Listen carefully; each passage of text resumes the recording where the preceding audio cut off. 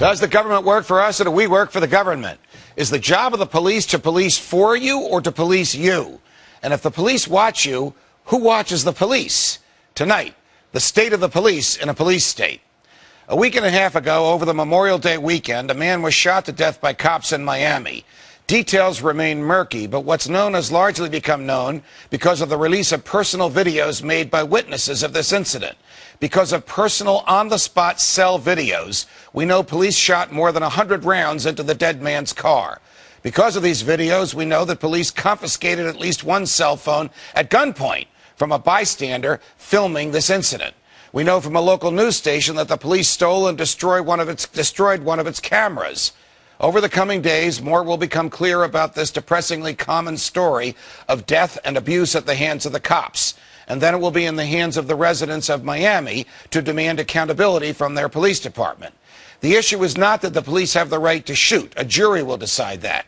The issue is, do we have the right to watch and record the police when they shoot? The answer is, of course we do. Demanding accountability and defending your rights against the police specifically, and the government generally, are difficult and dangerous tasks. As you know from viewing Freedom Watch, it can be very risky to stand up to the government when it is wrong, especially so with the police. I have a book coming out on Labor Day which addresses much of this. Its title is, "It's Dangerous to Be Right When the Government is Wrong." Nowhere is this more obvious than when the police are caught breaking the law. Today, from Maryland to Illinois, government has cracked down not on police who violate your constitutional rights, but on those who film the police violating your constitutional rights. That's wrong.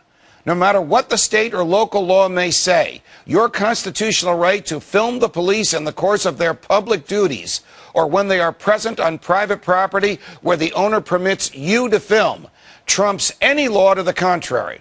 That's so because your right to watch the government and record what you see is a natural right that is protected by the Constitution, and it cannot be taken away by the government. There is a sliver of hope, and it comes from a strange source. This month, the Department of Justice announced an investigation of constitutional rights abuses by the police in Newark, New Jersey. Under federal law, the Justice Department can sue local police forces where there's a pattern of violating constitutionally protected liberties. Unfortunately, the police departments being investigated usually reach an agreement with the feds that avoids the lawsuit and mandatory reforms in favor of voluntary reforms. Come on. The idea that a police force that voluntarily and systematically engaged in the violation of constitutionally protected rights would somehow voluntarily reform under the threat of a lawsuit is preposterous. Police departments can easily fall into a habit and pattern of unconstitutional activity precisely because they are not held accountable and are often allowed by submissive and fearful politicians to operate as they wish.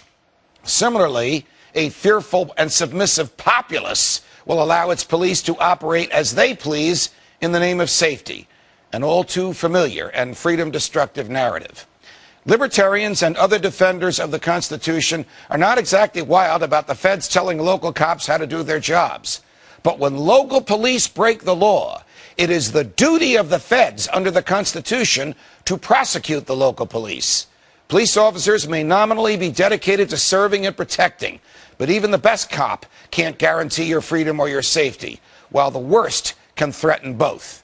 That's why we have a Constitution that is the supreme law of the land for everyone, even the police. That's why we have the Second Amendment that guarantees everyone the right to use arms to protect themselves from lawless violence by anyone, even the police. That's why vigilance by a free people is necessary, so we can see even the police at their best and at their worst. Remember, we don't work for the police, they work for us. From